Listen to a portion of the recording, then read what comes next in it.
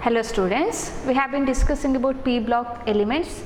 Under that group 15 elements, in our previous class we discussed about the chemical properties of group 15 elements, that is the reaction of group 15 elements with various other elements of periodic tables, that is reaction with halogen, reaction with the metals, we discussed reaction with hydrogen, so many things. Okay, in today's class let's move into the next part of this chapter, that is we are going to discuss about some important compounds of group 15 elements. Okay, let's start with the compounds of nitrogen. Under that we are going to discuss about, first we are going to discuss about dinitrogen. So dinitrogen is nothing but N2. Okay, so we are going to discuss about dinitrogen. So we all know that in our atmosphere about 78% by volume of the atmosphere is occupied by this dinitrogen. But how to isolate this dinitrogen from this atmosphere? We know that there are other gases. Okay, so we may find other gases along with nitrogen. So we may have oxygen, carbon dioxide in the atmosphere. How to isolate or how to isolate this dinitrogen from the atmosphere? So let us see how to prepare this dinitrogen. There are so many methods are given in your textbook. The first method, under that first method, it is preparation of dinitrogen from the atmosphere. Okay, so in atmosphere we know that nitrogen, it is the most abundant element present along with other gases, that is oxygen and carbon dioxide and so many things. So from that we need to collect the gases. Okay, so just to collect the gases from the atmosphere and you have to apply some pressure. Okay, so apply some pressure. What happens? Suppose we apply the pressure, so compression of gases takes place, right? The method, what the isolation of dinitrogen from the atmosphere, it follows two steps, that is liquefaction, and the steps are liquefaction and fractional distillations. Okay, so fractional distillation. So first what we have to do is just collect the gases from the atmosphere and apply some pressure. So in applying pressure, the gases will undergo compression. Okay, so gases will compress into liquid. What happens when we apply the pressure to the gases? Gases will undergo liquefaction, they will convert it into liquids. But we know that, so in this atmosphere along with nitrogen we can also find other gases like carbon dioxide and oxygen. Okay, so on liquefaction we will get a mixture of gases or mixture of products. So along with the nitrogen we may get oxygen and we may get carbon dioxide. Now what you have to do, again the isolation of nitrogen from this mixture. So that can be done by this. Okay, first step is liquefaction of gas, mixture of gas, that is by applying pressure. So followed by the fractional distillation. What is this fractional distillation? Fractional distillation is a method of separation of liquids in a mixture that is based on the boiling points of various liquids. Okay, so here upon fractional distillation, the nitrogen with its boiling point around 77.2 Kelvin. Okay, so nitrogen it boils off first. Okay, and it will convert it into vapor. So compared to other gases, if I take oxygen whose boiling point is about 90 Kelvin. Okay, so among these two the nitrogen will, so during fractional distillation, so what happens, nitrogen will boil off first and it will be converted into its vapor state, so which is then cooling. Upon cooling, so what happens, so fractional distillation means you have to boil that mixture. Okay, so upon boiling what happens, the various liquids they'll convert it into their vapor state according to their boiling points. Okay, and here among nitrogen and oxygen, so nitrogen with its low boiling point than oxygen, it boils out first and it will be collected as vapor, then after cooling we will get a liquid nitrogen. Okay, so upon cooling we will get a liquid nitrogen. So this is how we can get nitrogen from the atmosphere. First method of preparation, okay, that is from atmosphere by liquefaction and fractional distillation. Say commercially dinitrogen is produced by the liquefaction and fractional distillation of air. Okay, liquid nitrogen whose boiling point is 77.2 distills out first, leaving behind liquid oxygen. So there we can separate this nitrogen. Okay, so this is one method. A next method, that is a laboratory method of preparation. Okay, so if we want to prepare this nitrogen in a small quantity, that is for laboratory purpose, then we can adopt the further I'll discuss two to three methods. So where the nitrogen can be prepared in laboratory by using some reagents. The first method, under that it is the reaction of ammonium chloride with the sodium nitrite. Okay, so ammonium chloride and sodium nitrite, when you heat this, so ammonium chloride and sodium nitrite, what happens, see, I'll write it here only. So we know that NH4 plus Cl minus and Na plus, it is NO2 minus. When you treat ammonium chloride with the sodium nitrite, so what happens, NaCl, so it will form as side product along with the formation of, what is this, ammonium nitrite.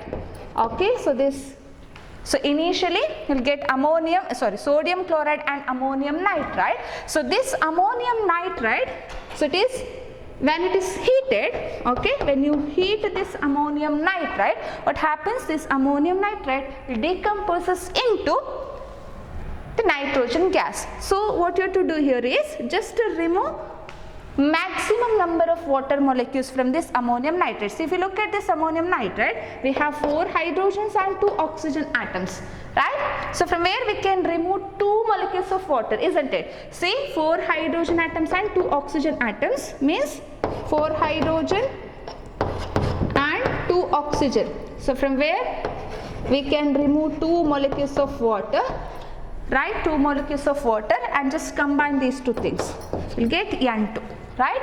So N2 plus 2H2O. So this is the laboratory method of preparation of nitrogen gas. Okay, so here what you have to take, ammonium chloride with the sodium nitrite. So initially ammonium nitrate will be formed, which further decomposes into nitrogen and water molecule. Okay, so this is one of the methods. Next we have one more method, that is by the thermal. Okay, so before that, so here along with nitrogen, so here you may get some impurities, okay, like nitric oxide and nitric acid. This is nitric oxide, nitric acid, they may form during the reaction as impurities, and these impurities can be removed by passing these gases through the mixture of aqueous sulfuric acid containing potassium dichromate. Okay, so this is the first laboratory method of preparation. Another method of preparation is by using ammonium dichromate. Okay, so ammonium dichromate, the formula is NH4 twice Cr2O7. So when you heat this, so thermal decomposition means you have to heat this ammonium dichromate. So upon heating, what happens, again you can easily predict the product here. So what I told here, see, just remove the maximum number of water molecules from this molecule. So we have 8 hydrogen atoms and 7 oxygen atoms, from where we can remove maximum of how many water molecules? We have 8 hydrogen, means we can remove 4 water molecules, right? So if I remove 4 water molecules, then so 4H2O, right? 8 hydrogen atoms will be consumed here and 4 oxygen atoms. Out of 7, 4 oxygen atoms are used here, and now the left out oxygen is 3. Okay, now see here we have removed this hydrogen in the form of water. So here 2 nitrogen atoms will be remained, right? So N and N, they will combine to form nitrogen gas. Okay, and we have already written this water. And other thing, so it is Cr2 and 3 oxygen atoms. So Cr2 and 3 oxygen atoms, they will combine to form a compound, that is Cr2O3, that is nothing but your chromium oxide. Okay, so this is about the thermal decomposition of ammonium dichromate. It will produce nitrogen gas along with the water and chromium oxide. So here if you observe the nature. Okay, so here this ammonium dichromate, it's a beautiful crystal with the orange color. Okay, so orange colored crystal. So what happens when you heat this ammonium dichromate, okay, it gives out a beautiful orange sparks and throws a green colored compound or green color into the air. So what is that green colored compound? Is nothing but your chromium oxide, okay, producing an effect, okay, which is similar to or which looks like your miniature of volcanic eruption. Okay, so this is commonly, it is a very beautiful experiment that can be done, in our chemistry exhibition shows. Okay, here this experiment is commonly known as chemical volcano. Okay, so it is known as chemical volcano. So here initially the color of the compound, it will be orange colored crystal. So when it is heated, it gives out orange sparks and it throws the green colored compound into the air, okay, which looks like a volcano. Okay, therefore it is known as chemical volcano, which is used for the preparation of dinitrogen, okay, laboratory. So another method, the last method under this, it is by using azides. Okay, by using azides. Azides are the one with the N3 minus ions. Azide means N3 minus ion. This is known as azide ion by the thermal decomposition of sodium and barium azide. So sodium and barium azide. So we have barium, we know that the valence of barium is Ba2 plus and azide it is N3 minus and barium azide. So formula of barium azide, it is BaN3 twice. Okay, so barium azide, or else you can use sodium azide, it is NaN3. Okay, so what happens when you heat these azides, that is nothing but again, so thermal decomposition means you have to heat this. What happens, this barium azide will undergo decomposition, so to produce barium and nitrogen gas. Okay, and this method is used to get a very pure form of nitrogen. Okay, so from this method we can get very pure form of nitrogen. So this is because if you compare, if you look at the other methods, other two methods, there along with the nitrogen we may get other gases as impurities or side products. Okay, so there the mixture of gases will be formed in previous two methods which need separation, but in this case, that is under thermal decomposition of azides, what happens, along with the nitrogen gas, the formed side product, that is solid. Okay, so here we will get solid and gaseous side products. So here no need to separate this nitrogen gas, because nitrogen gas, it will be in its purest form. Okay, so these are some of the laboratory methods for the preparation of dinitrogen. Okay, so next we will move into the next part, that is about the properties, both physical as well as we will discuss some of the chemical properties of this dinitrogen. Okay, so nitrogen, it is usually a colorless. Okay, it has no color, therefore it is a colorless gas. It has no taste, therefore it is a tasteless, no smell, odorless, and it is non-toxic. We know that nitrogen is present in our atmosphere, so it do not produce any toxic effects to us. Therefore it is a colorless,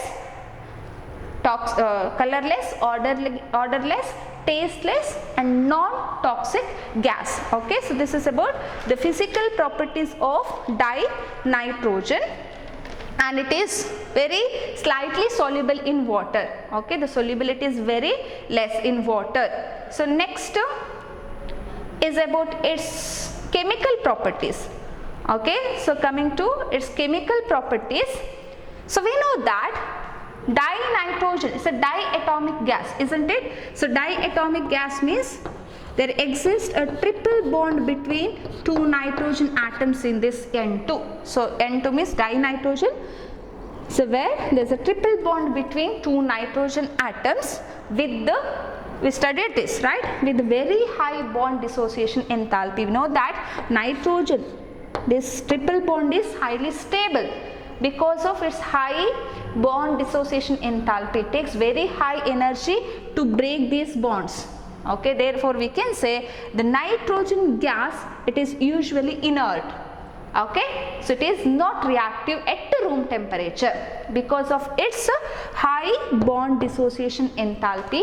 Nitrogen gas is inert at room temperature, but it may react, or the reactivity of this nitrogen can be enhanced by increasing the temperature. Okay, the reactivity increases with the rise in temperature. So this is about the properties. We'll discuss some chemical reactions. See, dinitrogen, it's a colorless, odorless. Colorless means no color, no smell, no taste, and non-toxic gas. And so this point we know, right? Nitrogen atom, it has two stable isotopes, right? Nitrogen 14 and nitrogen 15, and very low solubility in water and low freezing and boiling points. And dinitrogen is inert at room temperature because of the stable triple bond. So because of its high bond dissociation enthalpy, it is usually inert at room temperature, but the reactivity increases rapidly with rise in temperature. Okay, so this is about the properties, physical properties. Okay, now let's see about some of the chemical reactions of this dinitrogen. At higher temperature, what happens? Your nitrogen, dinitrogen, it directly combines with some elements, some metals, to form corresponding nitrides. Okay, they'll form corresponding nitrides when they treated with some of the metals. Okay, so some of the metals, when you treat this nitrogen with metal, for example, when you treat this nitrogen with the lithium, okay, the condition is, what's the condition? Is heat. It means high temperature is needed.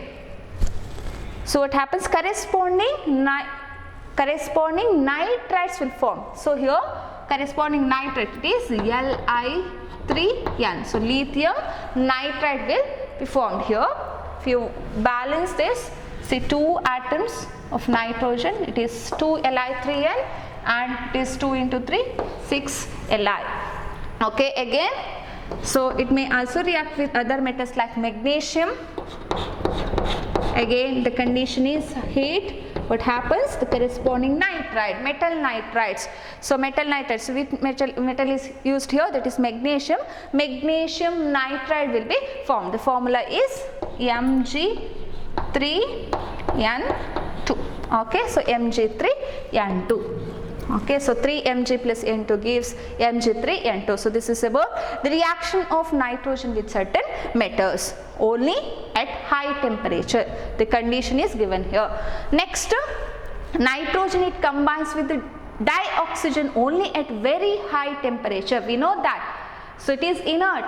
Nitrogen and oxygen, they'll occur together in the atmosphere, but so they are inert. Okay, nitrogen is inert at room temperature. So nitrogen and oxygen will present separately in the atmosphere. There is no reaction between nitrogen and oxygen at room temperature, but at very high temperature of 2000 Kelvin, okay, so very high temperature, what happens? The nitrogen, dinitrogen will combine with your dioxygen. So I am writing the equation here. See, we have nitrogen and oxygen. So at very high temperature, is more than 2000 Kelvin, they will combine to form corresponding oxide, that is nitric oxide. So it will form corresponding oxide, that is nitric oxide. So this is about the reaction of dinitrogen with the oxygen. The last reaction under this, it is the reaction of dinitrogen with the hydrogen. So very important reaction which is used in the manufacture of ammonia. It's commonly known as Haber's process. Okay, so here when dinitrogen, when it is treated with the hydrogen, okay, certain conditions are needed here. It is about 773 Kelvin, that's also very high temperature. In the presence of catalyst and at very high pressure, nitrogen will combine with hydrogen to form a very good industrially used compound, ammonia. Okay, so ammonia, this is not balanced here. 2, H2. Okay. So 773 Kelvin, high pressure and the presence of catalyst. The catalyst used here, it is iron oxide along with some catalytic promoters.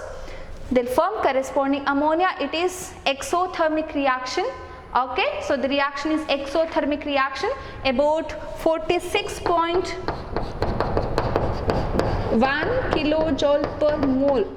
So it's exothermic reaction, heat is liberated during this reaction, about 46.1 kilojoule per mole of heat is liberated during the formation of ammonia, and this is a very well known reaction which is used for the manufacture of ammonia, and the method is known as Haber's process, which we'll discuss later.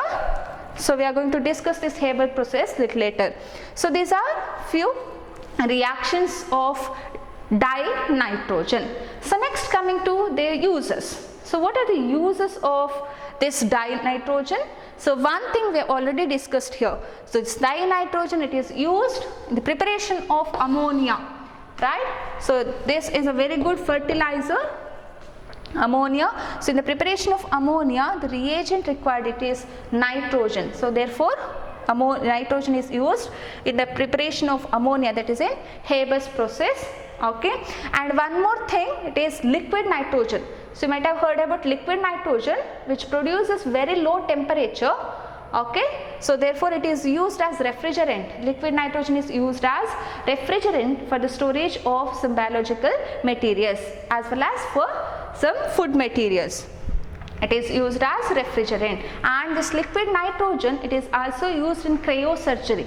So cryosurgery, it is surgery which requires a very low temperature. Okay, so in to destroy some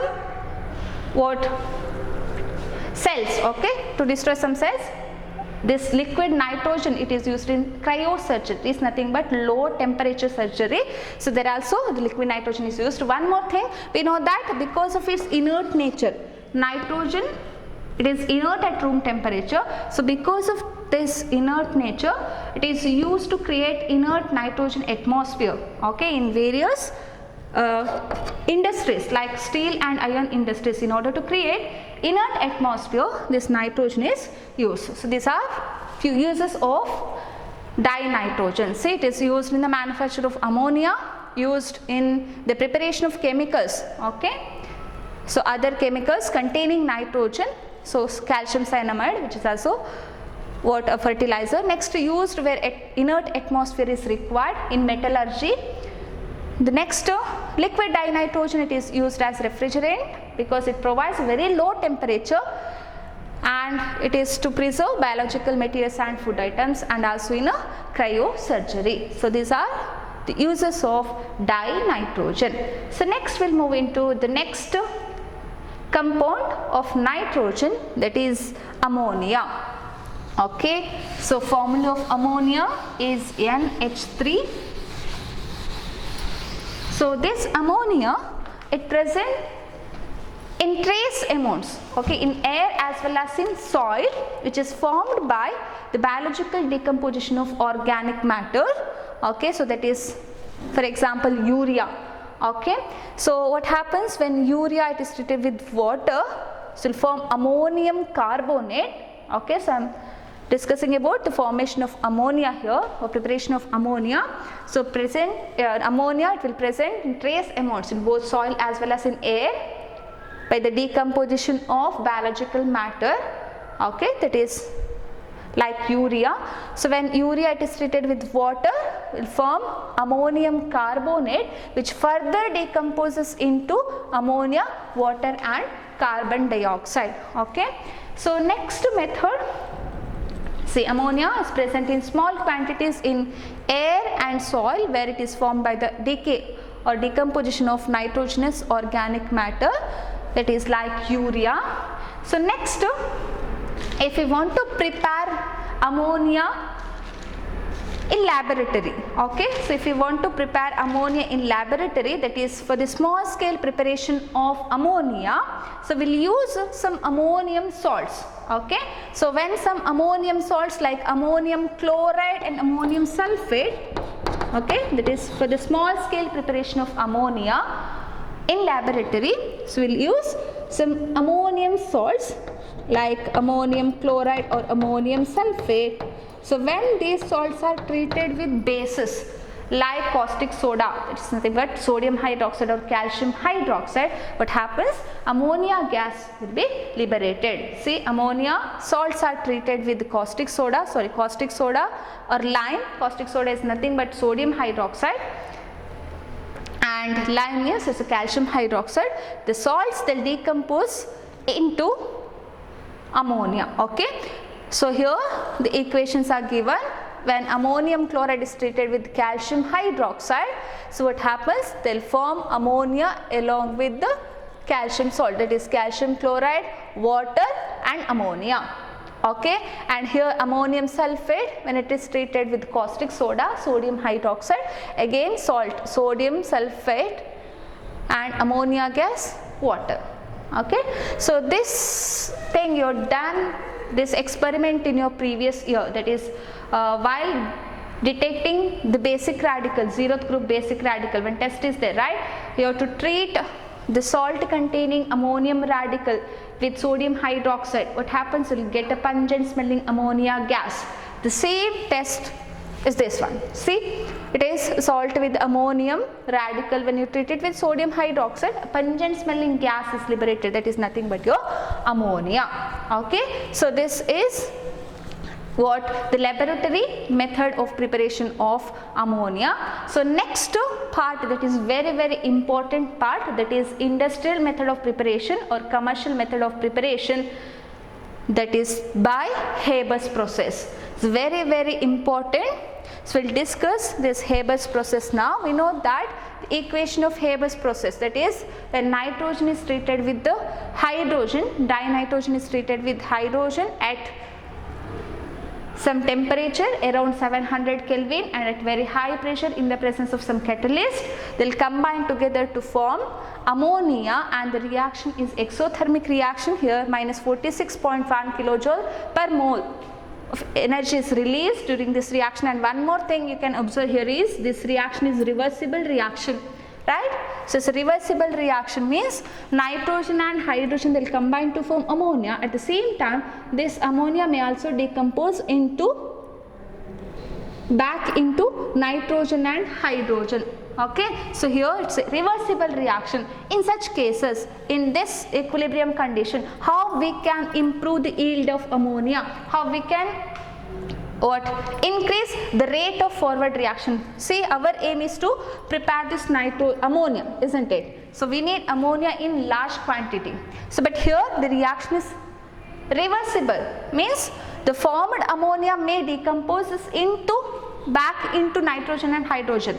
So in order to suppress that backward reaction, we need to supply or we need to induce some conditions, certain conditions based on Le Chatelier's principle.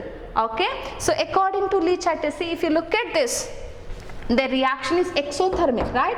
The reaction is exothermic, means what? Heat is liberating. So in order to favor this exothermic reaction, so what you have to do? You have to reduce the temperature of the system, right? I hope you all know about this Le Chatelier's principle.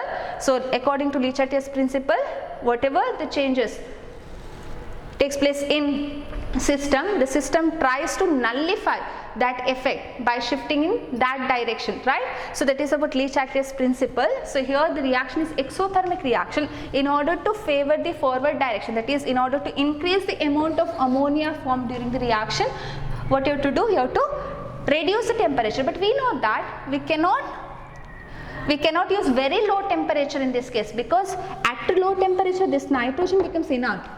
Okay, so therefore some optimum temperature is adopted for this reaction, that is around 700 Kelvin. Okay, so at 700 Kelvin is not very low temperature, it's called as optimum temperature for this reaction. So particular temperature where the reaction rate of forward reaction is maximum, that is known as optimum temperature. So this optimum temperature is adopted, and so this is about the temperature factor. So coming to pressure factor. So if you look at the number of moles on reactant side, we have 1 mole of nitrogen combining with the 3 moles of hydrogen. So total moles, number of moles of reactant is 4, right? here on product side the number of moles is less, that is 2, only 2, right? 2 moles of ammonia is forming here.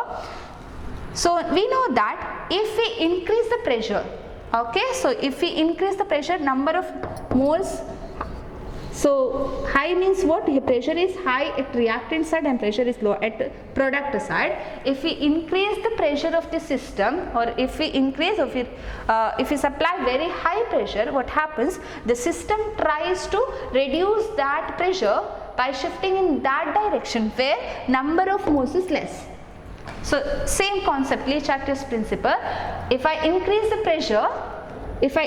pressure, what happens? The system tries to decrease the pressure by shifting in that direction where the pressure is less, or where the pressure is low, that is nothing but where the number of moles is less. Okay, so therefore, so for this reaction I need to supply very high pressure. So at very high pressure, forward reaction is favored. Okay, so forward reaction, therefore the amount of ammonia formed can be increased. Okay, so conditions, one condition is the presence of an optimum temperature around 700 Kelvin, or it is about 773 Kelvin, and a very high pressure of 200 atmospheric. Okay, so very high pressure. So one condition is optimum temperature. Second condition is high pressure, and third condition, so in order to increase the rate of the reaction, we need to use certain catalyst. Okay, we know that role of catalyst is to increase the rate of reaction. So catalyst, for this particular reaction, the catalyst used it is iron oxide. So iron oxide is used as a catalyst. The condition, so this is very important, the conditions for Haber's process, it is optimum temperature of around 700 Kelvin and a very high pressure of 200 atmospheric, and a catalyst, it is iron oxide. Along with this iron oxide, you have to use certain catalytic promoters. Catalytic promoters means which will increase the activity of this catalyst. Okay, so you have to use potassium oxide along with ammonia. So traces of this is used as catalytic promoter. Okay, so under these conditions, nitrogen will combine with hydrogen to form very good amount of ammonia. So this is about the Haber's process, very important for the purpose of your examination. See, according to Le-Chatelier's principle, the formation of ammonia is favored by the following conditions: an optimum temperature of around 700 Kelvin, 200 atmospheric pressure, in terms of Pascal it is 200 into 10 to the power 5 Pascals, and use of catalyst such as iron oxide with catalytic promoters, that is K2O and alumina. Okay, so this is about the Haber's process. Now we will move into the flow chart. So study this flow chart very carefully. See, in this flow chart, so we have two inlets. Okay, two inlets for two gases, two starting materials, that is hydrogen gas and nitrogen gas. They are passed through this inlets, both are in gaseous state, they are passed through this inlet to a compressor where a very high pressure is maintained. It is about 200 atmospheric pressure is maintained here. So where your gases will undergo compression. So compression means what? Hydrogen and nitrogen, they will converted into clear. They will be compressed into very high pressure means what? So here gases will undergo liquefaction. So gases will converted into liquids. After that, see, after that, so the mixture of nitrogen and hydrogen, it is passed through a chamber. It is known as catalytic chamber, where your catalyst is placed here at optimum temperature. So temperature is maintained around 700 Kelvin and catalyst is placed over here, that is iron oxide along with the Al2O3 and K2O. So what happens here? Your actual reaction takes place. Okay, nitrogen will combine with your hydrogen to form ammonia. Okay, so here actual reactions takes place. Nitrogen, hydrogen combines together to form ammonia, and we know that the reaction is reversible. Okay, but the formation, the extent of ammonia formed is very low here. Okay, the yield is very poor here, very low. So what happens? So while coming out from this catalytic chamber, we have ammonia. Along with this ammonia, the unreacted nitrogen and hydrogen will also come out from this catalytic chamber. So where the temperature is maintained at 700 Kelvin, okay, means very high temperature, somewhat high temperature. So while coming out from this chamber, what happens? The gases, okay, ammonia, hydrogen and nitrogen, they'll present in gaseous state. So immediately they'll undergo cooling. Okay, so then it undergoes cooling and ammonia, it liquefies first. Okay, so ammonia, it will be collected as liquid ammonia here, and nitrogen and hydrogen being gases, they escapes out from here and they'll sent back to, or they'll pumped back to either compressor or catalytic chamber. See here, nitrogen and hydrogen gases are passed to very high pressure into a compressor. So after that, from that compressor, the mixture of gases were passed to catalytic chamber where the actual reaction takes place to form ammonia. And here ammonia along with unreacted nitrogen and hydrogen gases were passed through a cooler where ammonia liquefies first and it is collected as liquid ammonia, and this nitrogen and hydrogen gas, they comes out here in the form of gases. They'll comes out and they are again pumped back to catalytic chamber or compressor and they are reused. Okay, they are reused. Again they'll come back to this catalytic chamber. Again they'll combine together to form ammonia. Again this cycle process until the yield is obtained. Okay, so this is about the flow chart of Haber's process. So next, moving into the properties. Okay, so properties of ammonia. So we know that ammonia, it is a colorless gas, but it's not an odorless gas. Okay, you might have experienced the smell of this ammonia in your labs. See, it has a colorless with a very pungent odor. Okay, it's not an odorless gas, it has a pungent smell, and its boiling point and freezing points are 239.7 and 198.4 Kelvin respectively. And say their melting point and boiling point. Okay, so what's ammonia, melting point and boiling point of ammonia is slightly higher than expected when you compare it with the other hydrates of group 15. So it has got somewhat higher melting and boiling point. This is due to the formation of hydrogen bonding. We know that in nitrogen, so nitrogen has got partial negative charge and hydrogen they'll get partial positive charge. Okay, so they are associated through hydrogen bond like this. So this ammonia, there is a hydrogen bond, therefore it accounts for its higher melting and boiling point. So when you compare the boiling point and melting points of other hydrates of the same group, so it has got somewhat higher melting and boiling point due to the formation of hydrogen bonding. Okay, so next about its structure. So next, coming to its structure, so it has got a trigonal pyramidal. So we know that in in ammonia, so nitrogen, it is sp3 hybridized. Okay, it is sp3 hybridized. Out of these 4 sp3 hybrid orbitals, 3 of them were used in the formation of sigma bond with the 3 hydrogen atoms, and one it contains lone pair of electrons, and the shape of ammonia, it is trigonal pyramidal. The expected shape is tetrahedral because of this sp3 hybridization. Expected shape is tetrahedral with bond angle 109 degree 28 minutes, but ammonia has got what trigonal pyramidal shape with bond angle 107, somewhat reduced bond angle. It is due to this thing you have studied, right? So this is due to lone pair bond pair repulsion. According to VSEPR theory, there will be lone pair bond pair repulsion. Therefore, the shape will be distorted into trigonal pyramidal with the bond angle 107.8 degree. So ammonia has 3 bond pairs and 1 lone pair of electrons. So this is about the structure of what? Ammonia.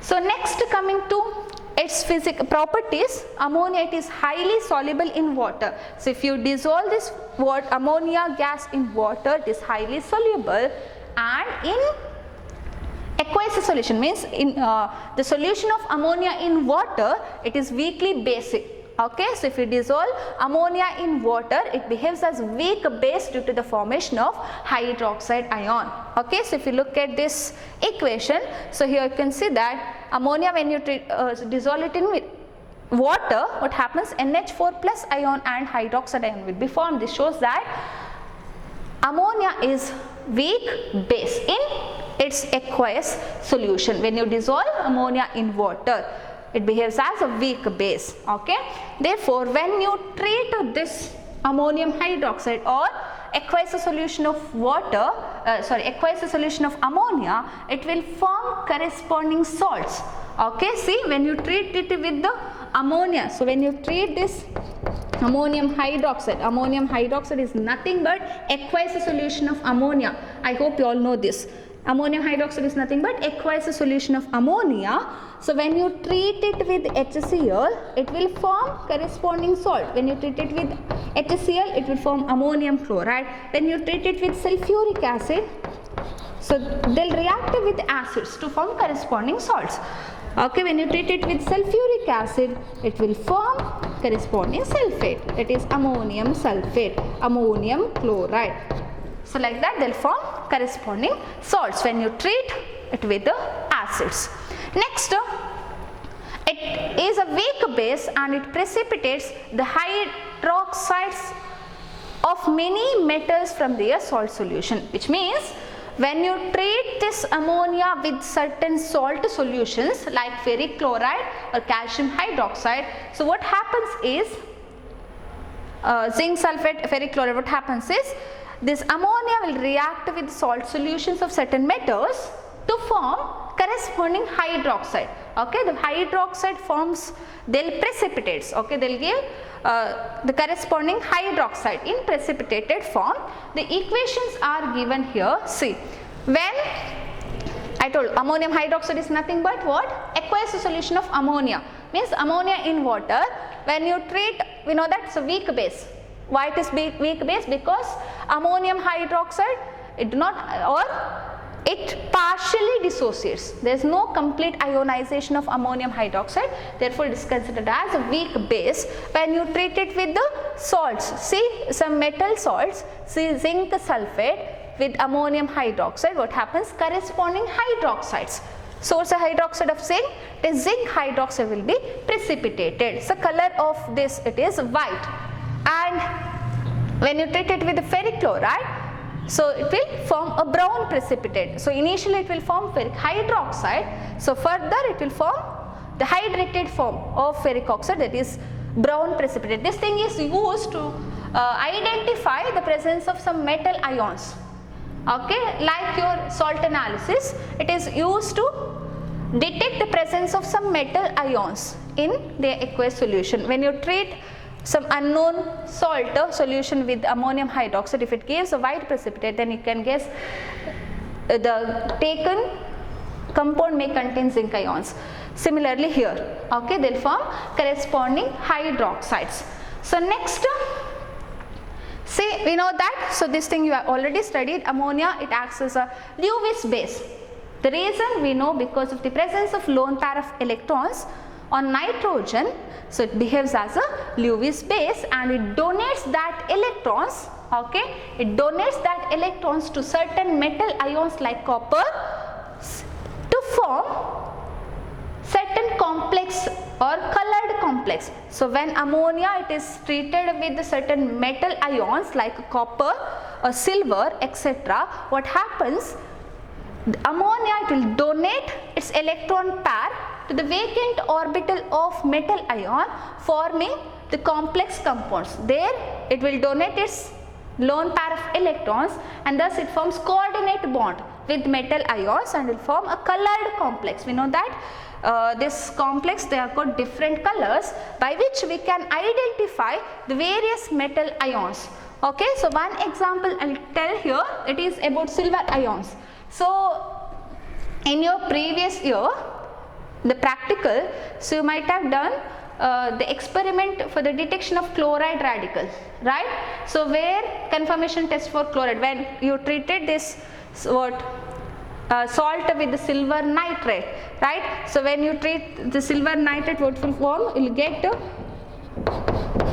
will get a white precipitate of silver chloride, right? So formed silver chloride, when it is treated with ammonium hydroxide, see, the white precipitate formed is completely soluble in ammonium hydroxide, that is under the detection of chloride radical. So same thing here, see, ammonia, it is used in the detection of some metal ions such as copper 2 plus and Ag plus, okay, because of the formation of various colors. So here, see, when it is treated with the copper ions or compound with the copper 2 plus ions, it will form a deep blue colored complex, okay, so by which we can identify the presence of copper ions in the given compound. So here similarly, see, the formed white precipitate, so will completely soluble in this ammonia to give a colorless solution by which we can identify the presence of silver or chloride in the given compound, right? So this is about some of the chemical properties of ammonia. So next we have uses. They are used in various nitrogens. Very good. Ammonia is a very good fertilizers, you know, right?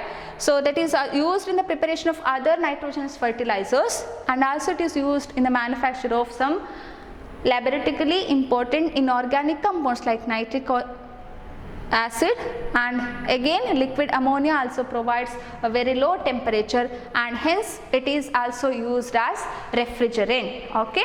So with this we have finished 2 compounds of nitrogen, that is N2 and ammonia. So we will discuss few more things in our next class. Thank you.